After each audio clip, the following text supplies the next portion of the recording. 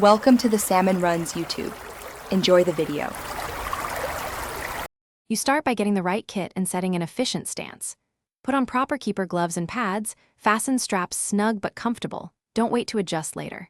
Take a balanced crouch with feet shoulder-width apart, knees bent, and weight just forward so you can move explosively. Watch the bowler's hand, not the ball alone, because the release cues pace and seam.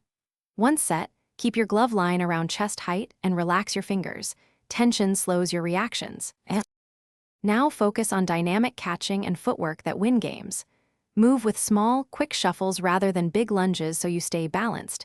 Step into the line of the ball to reduce rebound. For catches, use soft hands, give with your fingers and bend your wrists to absorb the impact, which reduces drops. Practice low balls by getting hips back and chest over knees.